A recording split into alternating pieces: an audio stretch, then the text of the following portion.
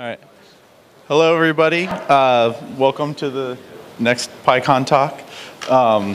This is Hynek, one of the C Python core developers, and he's going to be talking today about application deployment.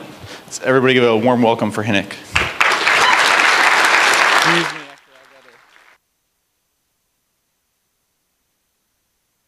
Wow.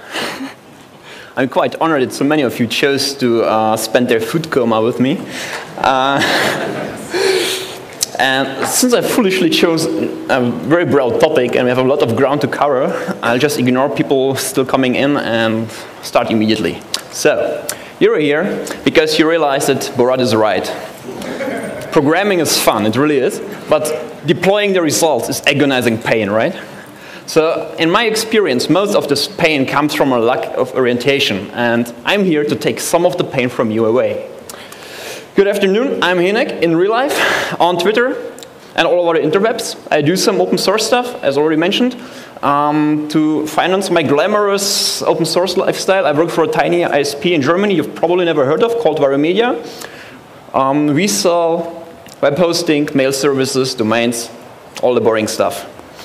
So, enough about me. What's on the agenda?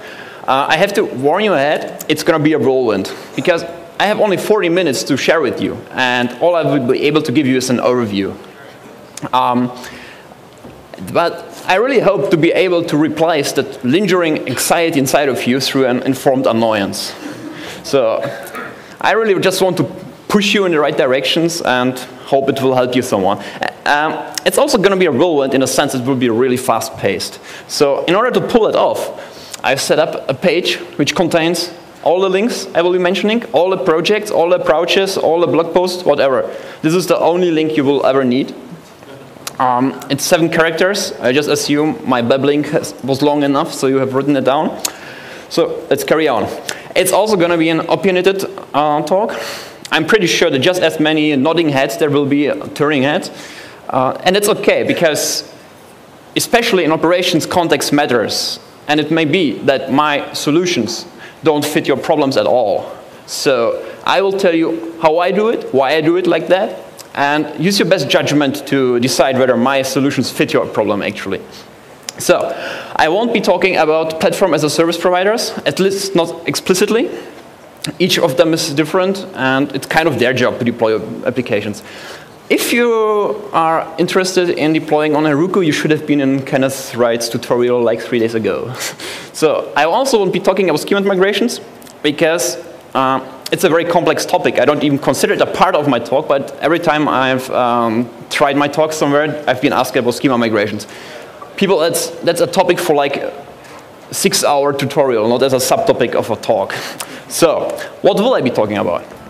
I will introduce you to, in my opinion, responsible and solid development and deployment cycle. And I will point some typical and popular mistakes along the way. That's all, but it's still a lot. So, still, let me take a step back and introduce you to the key concept behind everything I will be saying. And that's easy does not equal simple. Easy is the opposite of difficult, which isn't exactly a bad thing. That's what we get paid for, to solve difficult problems. Simple is the opposite of complex, and complexity is one of the worst things ever in software development.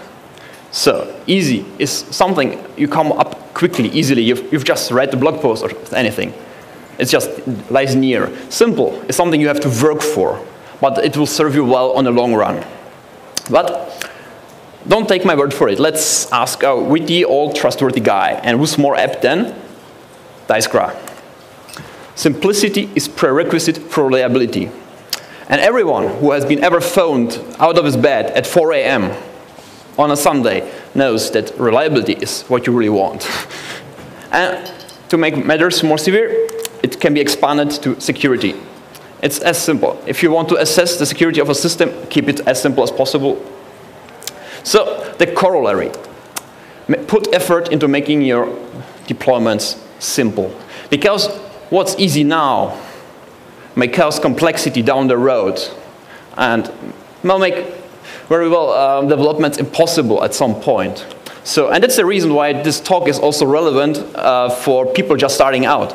Because once you get successful, reality will catch up with you, and you will pay a compounded technical debt.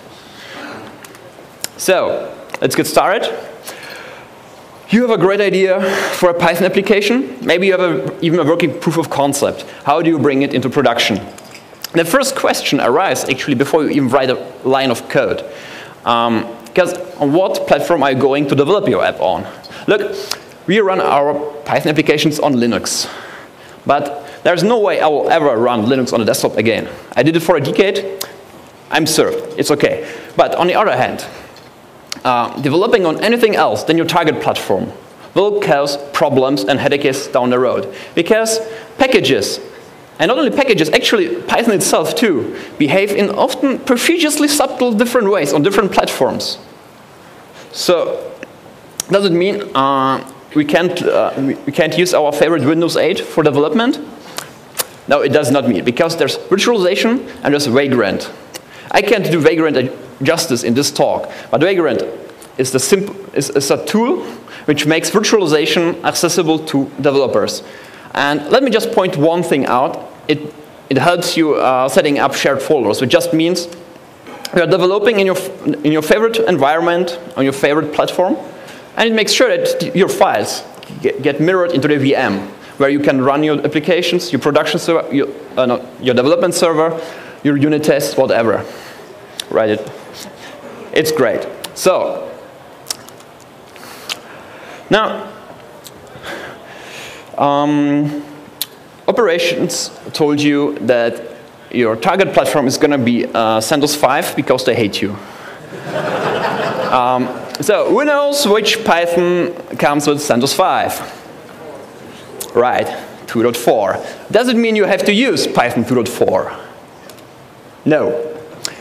You're basically trading everyday productivity for like 30 minutes it takes to get a package of the latest Python. And again, don't take my word for it. Let's ask another expert, this time not so old. Who loves Kenneth Wright? Come on. And who loves requests?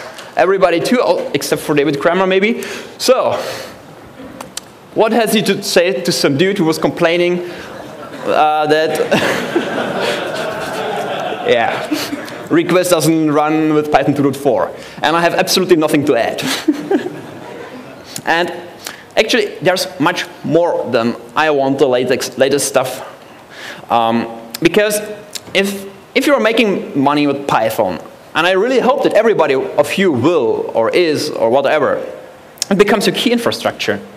And it shouldn't be really dictated by a third party, or even worse, by the version of a product of a third party.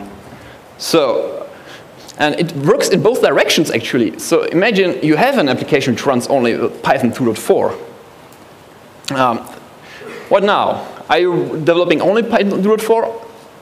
Or if you want to upgrade, do you have to upgrade all your servers? No. You need something you can rely on. So it's really not that hard. And the internet is full of pre-built packages. So, since you're all here, you're obviously smart and good-looking, but your stupid pointy-haired boss doesn't get it. And because enterprise policies, right? So there are certain shortcuts, like pyrun, to get a more recent Python on your servers. But in the end, you live only once, and I would take up on such stuff if I would be curing cancer or something like that, but everything else, I think there are some tech recruiters around here, so really don't settle for bullshit. So, you have your Python, you have your platform. Write your code, do write tests, ideally 100% line coverage, because you don't want that some typo brings down your whole application. But tests are worthless if they run against a different set of dependencies in your development environment than in your production environment.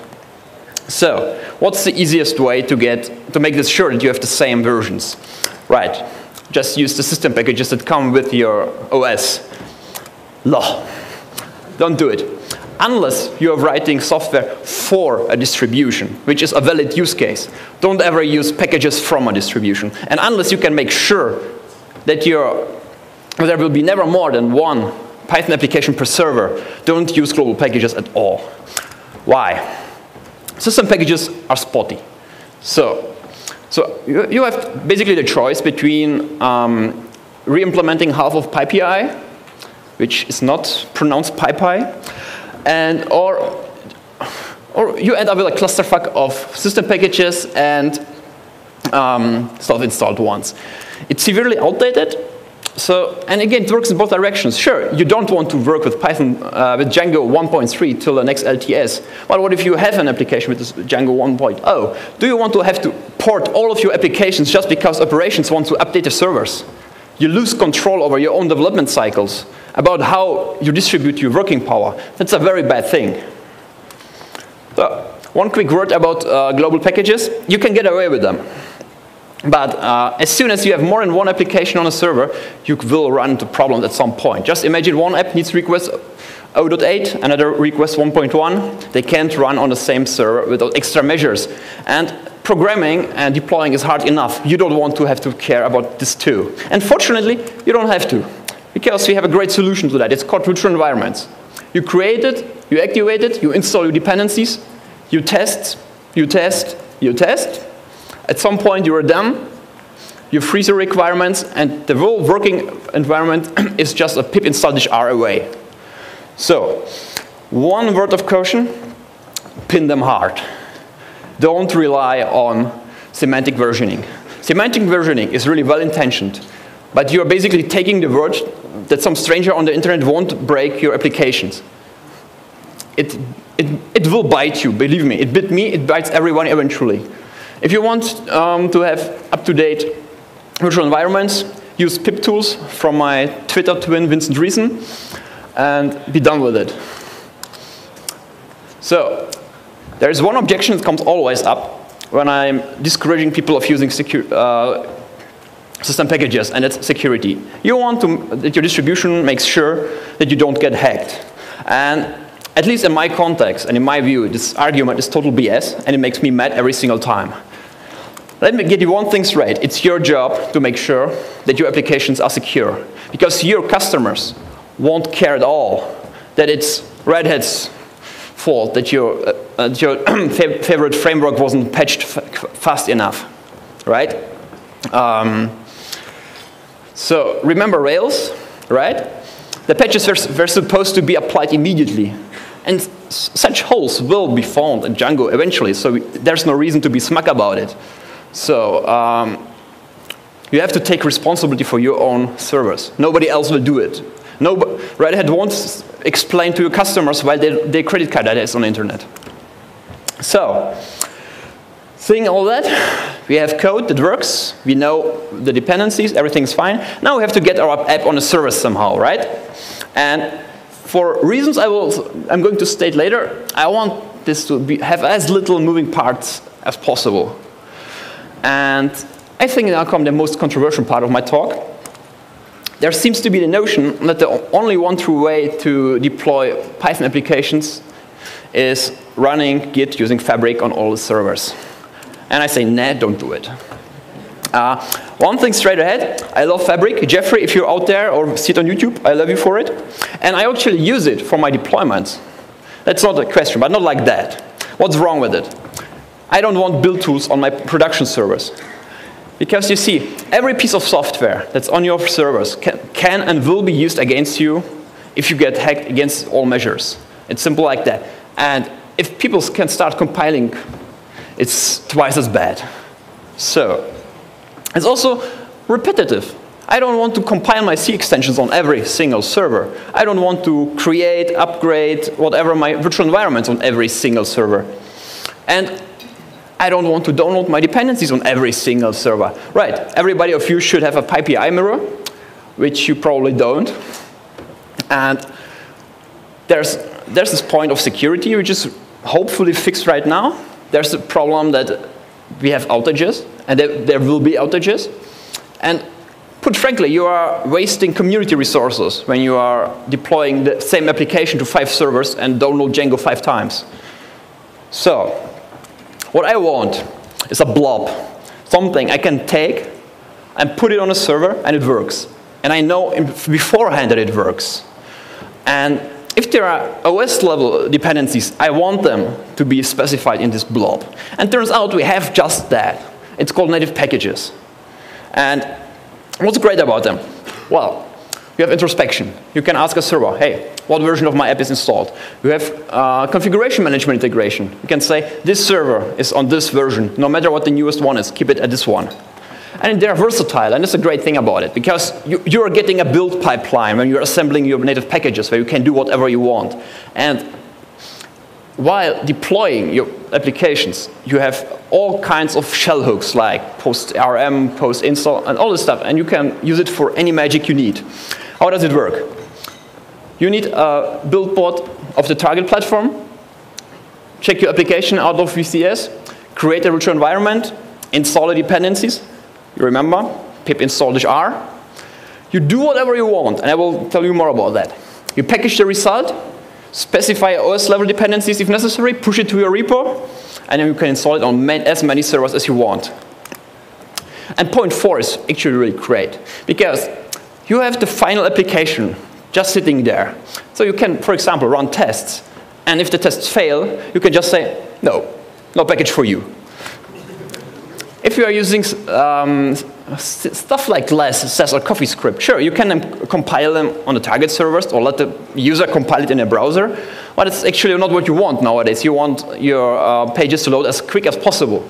And I actually don't want to have Node.js on my production servers either for the CoffeeScript compiler, I think was it.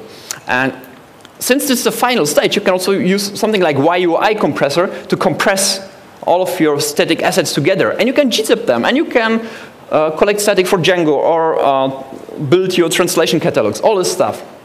And as the final cherry, you can just add cache busting tags to your templates, which I just used a version of the application. Works great. So, yeah. People think packaging is hard. And I can say you, no. Jordan Sistel gave us FPM, and it was good. This, ladies and gentlemen, is a game changer. You create your directory, you put whatever you want inside of it. You point FPM at the directory, you tell FPM what you want, and there's your dep or RPM or whatever floats your boat. That. You don't want to run an own repo server, fair enough. It's not hard, but fair enough. Well, don't. You can install system packages on a command line, or just use plain tarballs. That works just as well. Actually, if you don't have root access to the servers you're deploying to, tarballs are the only way to do it. And I'm not really religious about native packages. I just find them very handy. But what I am religious about is packaging, ready to run, proven to run virtual environments on your servers. What you want to do, though, is automate. Because if it's hard or complicated to build such a package, you won't be doing it, right? And we all want to do CD. We want to be pushing cool features all the time. So I will show you how I build packages.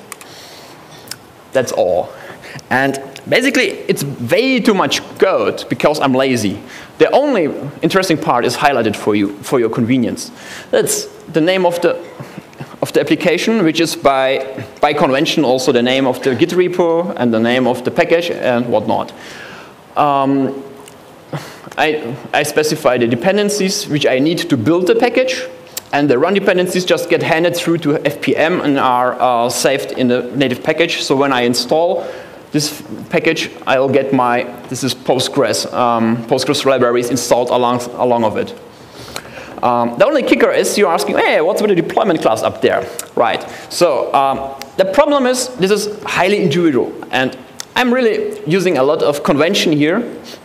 So I find it hard to make a really usable abstraction of this thing. But if you want to see more code, you can have a look at my blog post about native packages. And if you don't really want to do it on yourself, there's actually an open source project called Parcel, which started as they want to implement the principles I've laid down in my blog article, which is pretty much achievement unlocked. Yeah, if you want native packages but don't want to write it on your own, consider helping out. I think they've just released a new version. Obviously, there's more than one way to do it. And I tried to link a good choice of alternatives in my article, in the page I've said before. There's even a valid way to do it using Fabric and Git. That has been written by Dave Bravender as a retort to my articles. I still don't like the approach, but maybe it's better for you. Who knows? You have to check it out for yourself. So, going on, configuration. What are we going to do with that? Let's put it in the repos too, right? La, don't do it. Use a configuration management system. What is it? That's a declarative way to describe services. You say, this server as a whois server. So that means I want this package whois, and I want whois.ini in etc, and please make sure that this config has permission bit 600. And the CM chooses the path to this state, or it explodes in your face, which is just as likely. There are several solutions to it. Some of them are written in Python and require you to write XML. The most common ones are currently Puppet and our very Noah's chef. And yeah, both of them reek terribly of Ruby. And I don't mean the source code of themselves, but the DSLs.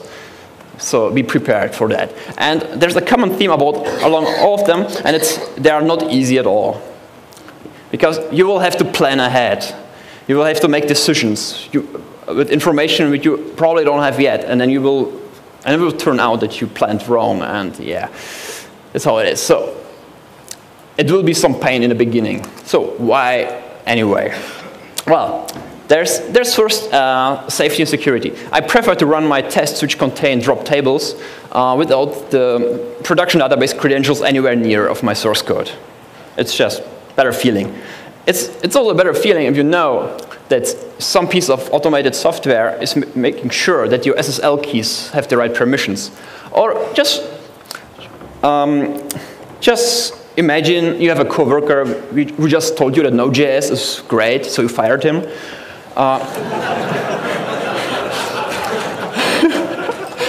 You have to get his SSH key from all the servers before he infests them with some JavaScript, right? So you can do it by hand, but I guarantee you will forget at least one server, right? So it's better to have something automated which is intended to do just that.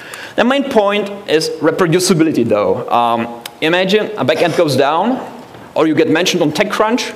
You want a new backend in, well, minutes is too long. So that's pretty easy with it. Unfortunately, most about configuration management, and that's also the reason why many people really defer using it, is that's about delayed gratification. And delayed gratification is something humans are inherently bad at. But take my word for it, that many things down the road just aren't possible without a proper configuration management. And we had to puppetize our infrastructure after 10 years. It was a rough trip, I wish to nobody, so start early. Speaking of later, in this very room, Kate Hiddleston will speak about Chef, so if you're interested in CM in general or Chef in particular, just stay seated. Now, I will help one of the main reasons for CM, and that's when you think that you are ready to bring your app into production, but actually you have to test it if it works in your production environment. But that's kind of a chicken-egg problem, right? So what do? You set up a staging environment, which basically means you build an exact replica of your production environment, but the only difference being your new app or a new version of your app. And there you go. You can test you can run your acceptance test, ideally automated ones. So this is not easy, but straightforward with CM. Without CM, it's basically impossible to make sure that your environments are identical. So now we are getting to the more practical parts. Like you have this awesome Django app, and it does some privileged stuff. So you have to run it as root, right? Let me get one thing straight. I love root. You won't see me using sudo on servers. I'm not one of those guys. But when it comes to network-facing applications, don't do it. The internet is full of people without a life or with a significant income from intruding into servers, your servers. So as soon as there's a 0 day in Django, you don't want them to own the whole server. Because to just give you an appetizer of what you can do as root, what you can do as a normal user is like sniffing your local traffic.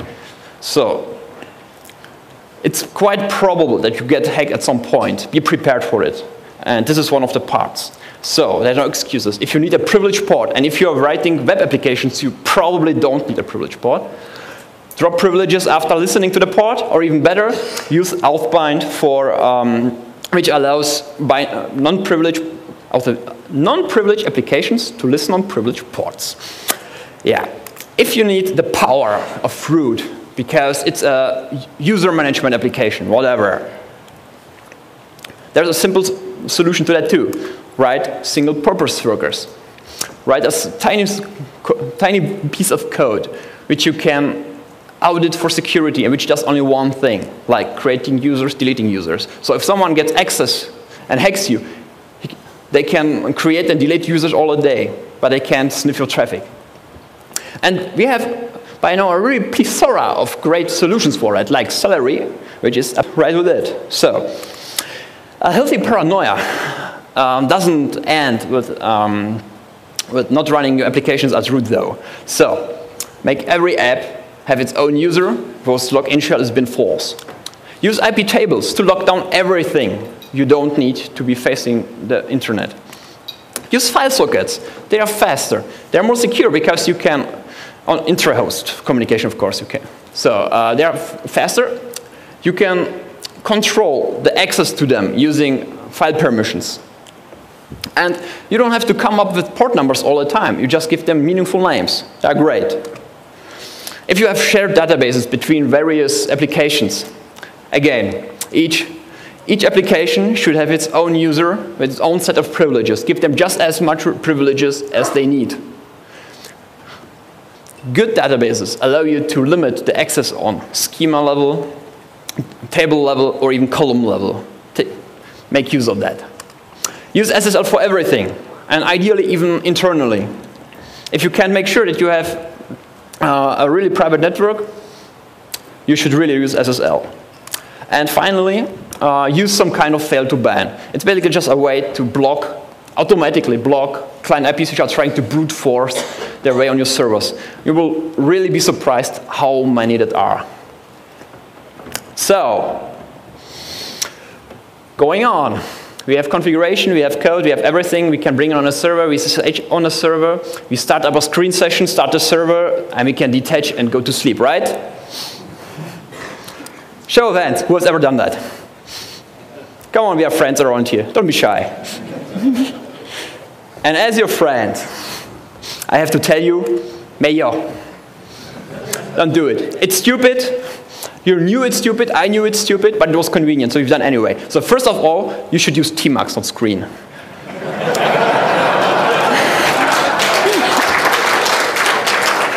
Secondly, even that is wrong.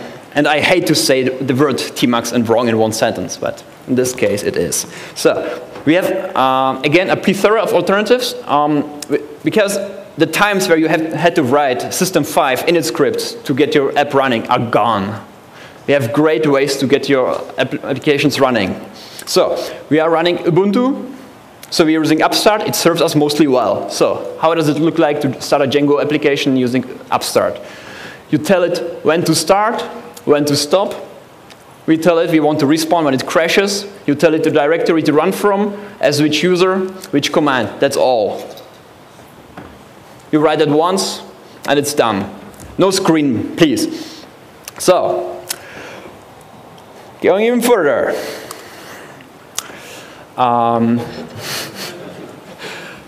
At this point, you may have realized, and if not, I hate to be the bearer of the bad news, that Django's development server is not exactly web scale.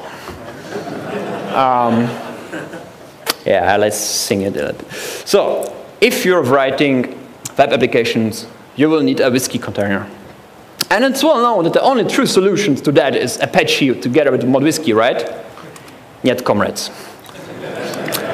First of all, using Apache is perfectly fine. I'm not hating on Apache, I'm not hating on ModWhiskey, and I'm most certainly not hating on Graham Dumpleton. But it should be a conscious decision for it. Because if you are using Apache, you get a fully fledged attack helicopter together with the added feature of Python hosting. And what if you don't need those rockets? What if you don't need it to crush your enemies? Maybe your app is good enough. So, you can take off those rockets. You can lean out an Apache server. But it's my personal preference, sorry, English is hard, to build things up and add features until they do what I want to do. Instead of taking something and stripping just to make it just do the work. So, I find that a combination of a lightweight container like MicroWhiskey or Unicorn together with Nginx give you a much better separation of concerns. So your app is doing its app magic, like sharing bagel recipes or whatever.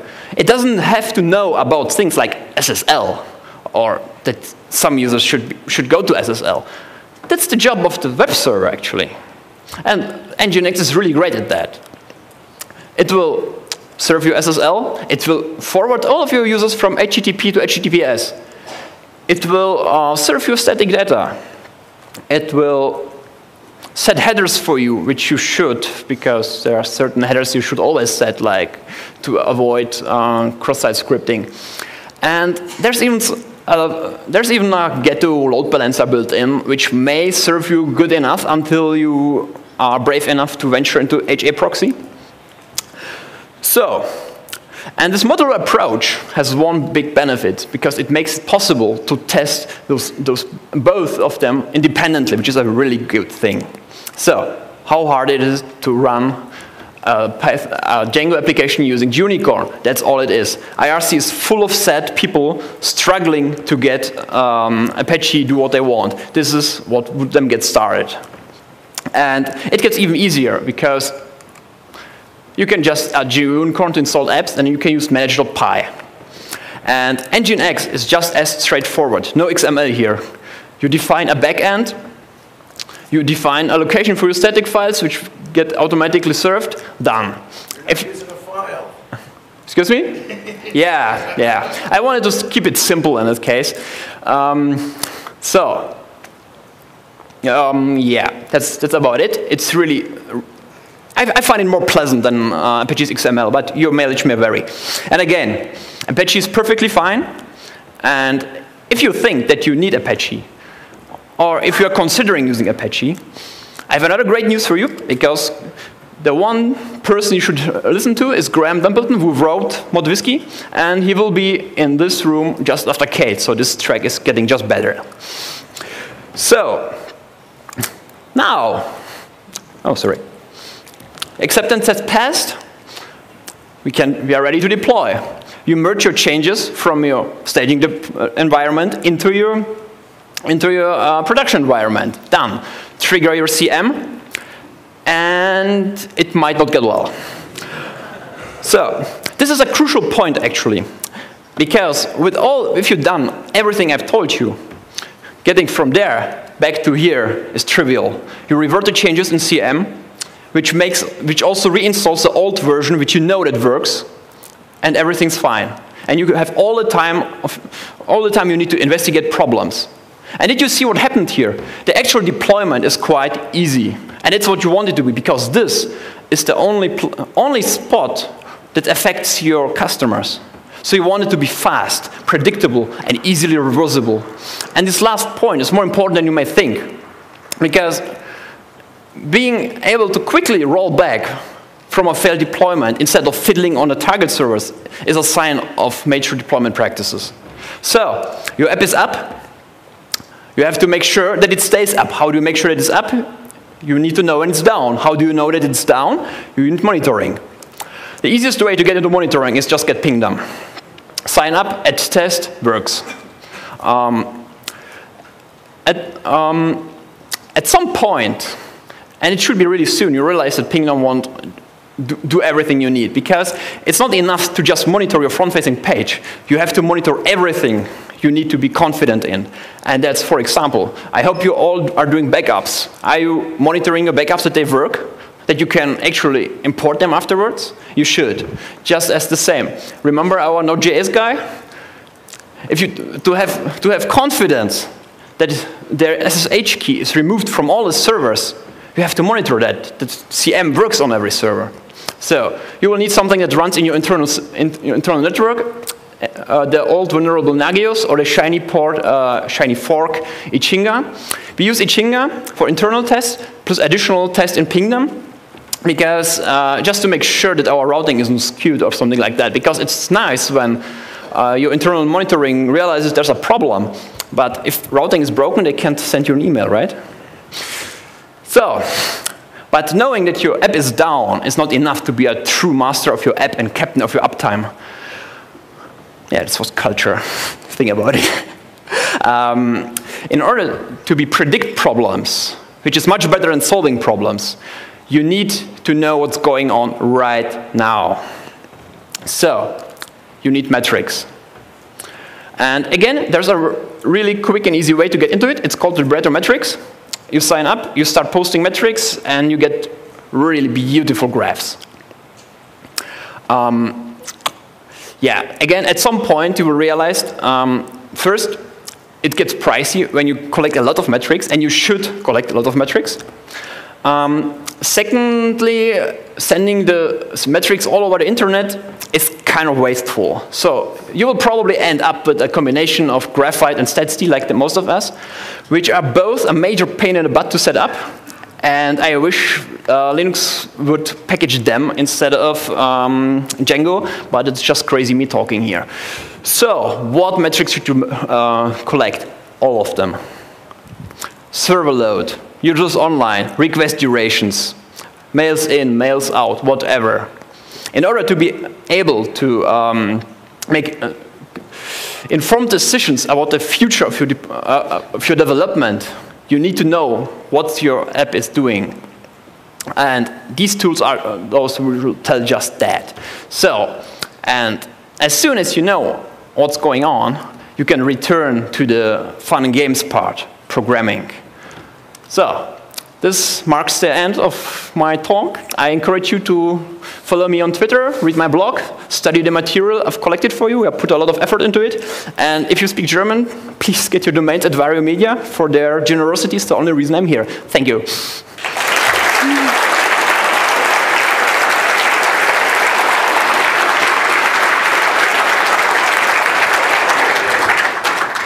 All right, everyone.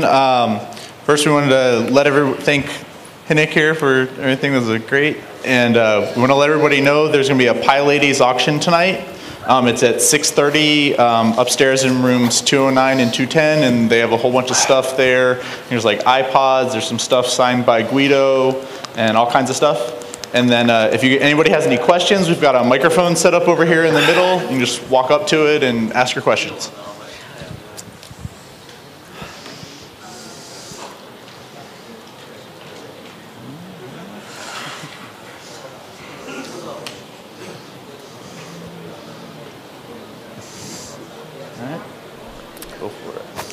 Hi. How do you feel about talks for building virtual ends? Again, please? So talks, as in Holger's tool for automatically... talks. Talks is awesome. Talks has one problem right now, and that's that you can't use it inside of those awesome guest file systems I told you about. It doesn't work there because it runs setup sdist, which uses hard links, and hard links don't work on guest file systems. That was going to be my next question. Does that actually work? No, okay. No, I've opened a bug on talks, and I've been asked to fix it, which I maybe at some point will do, but it doesn't work right now.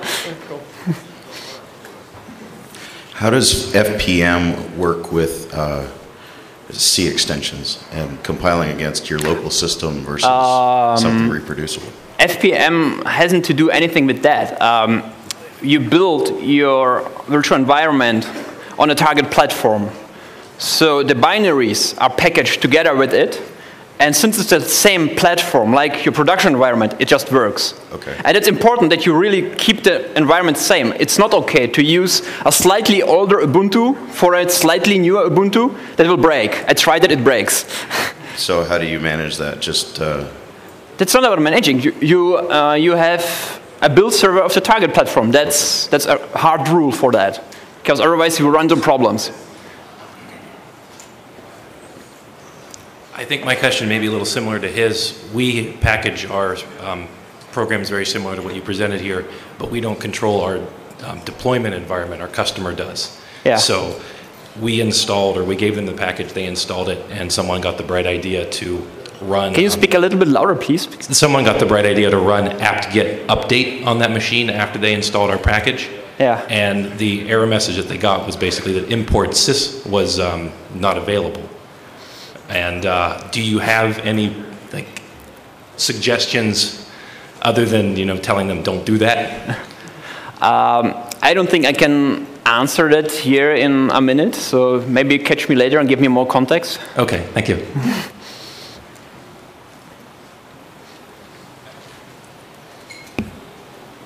Any other questions anyone has? All right, well, everybody, let's give Hynek another round of applause. Thank you. Is something you come up quickly, easily. You've just read the blog post or anything. It just lies near. Simple is something you have to work for, but it will serve you well on the long run. But don't take my word for it. Let's ask a witty, old, trustworthy guy. And who's more apt than Dijkstra? Simplicity is prerequisite for reliability. And everyone who has been ever phoned out of his bed at 4 a.m. on a Sunday knows that reliability is what you really want. And to make matters more severe, it can be expanded to security. It's as simple. If you want to assess the security of a system, keep it as simple as possible. So the corollary, put effort into making your deployments simple. Because what's easy now may cause complexity down the road and will make very well developments impossible at some point. So, and that's the reason why this talk is also relevant for people just starting out. Because once you get successful, reality will catch up with you and you will pay a compounded technical debt. So, let's get started. You have a great idea for a Python application. All right. Hello, everybody. Welcome to the next PyCon talk. This is Hynek, one of the C Python core developers, and he's going to be talking today about application deployment. So everybody give a warm welcome for Hynek.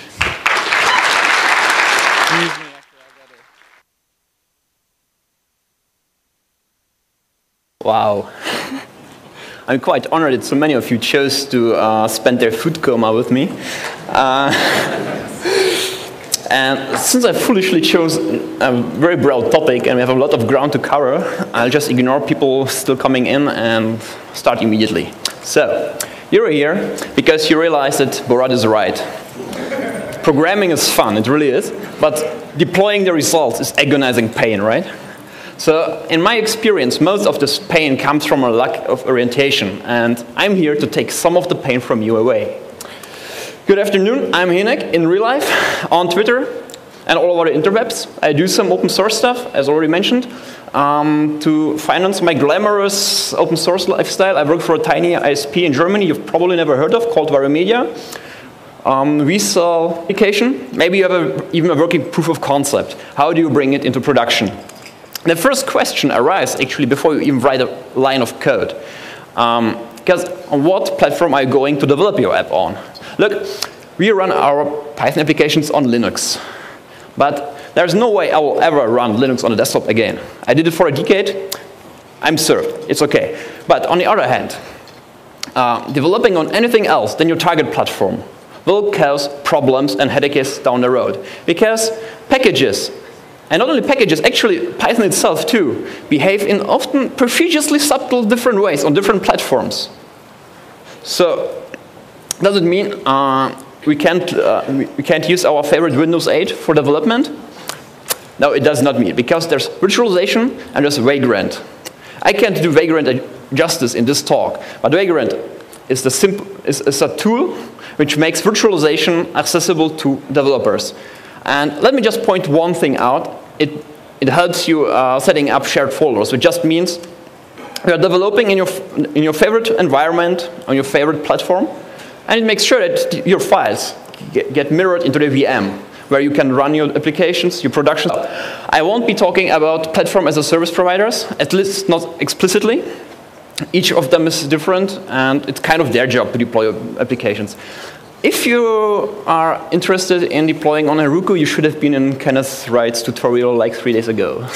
So I also won't be talking about schema migrations, because it's a very complex topic. I don't even consider it a part of my talk, but every time I've tried my talk somewhere, I've been asked about schema migrations. People, that's a topic for like a 6-hour tutorial, not as a subtopic of a talk. So what will I be talking about? I will introduce you to, in my opinion, responsible and solid development and deployment cycle. And I will point some typical and popular mistakes along the way. That's all, but it's still a lot. So, let me take a step back, introduce you to the key concept behind everything I will be saying. And that's easy does not equal simple. Easy is the opposite of difficult, which isn't exactly a bad thing. That's what we get paid for, to solve difficult problems. Simple is the opposite of complex, and complexity is one of the worst things ever in software development. So, easy. Web hosting, mail services, domains, all the boring stuff.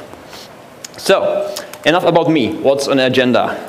I have to warn you ahead, it's going to be a whirlwind, because I have only 40 minutes to share with you, and all I will be able to give you is an overview.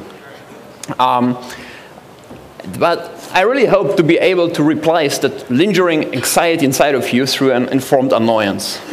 So I really just want to push you in the right directions and hope it will help you someone. It's also going to be a whirlwind in a sense it will be really fast-paced. So in order to pull it off, I've set up a page which contains all the links I will be mentioning, all the projects, all the approaches, all the blog posts, whatever. This is the only link you will ever need. It's 7 characters. I just assume my babbling was long enough, so you have written it down. So let's carry on. It's also going to be an opinionated talk. I'm pretty sure that just as many nodding heads there will be turning heads. And it's okay, because especially in operations, context matters. And it may be that my solutions don't fit your problems at all. So I will tell you how I do it, why I do it like that, and use your best judgment to decide whether my solutions fit your problem actually.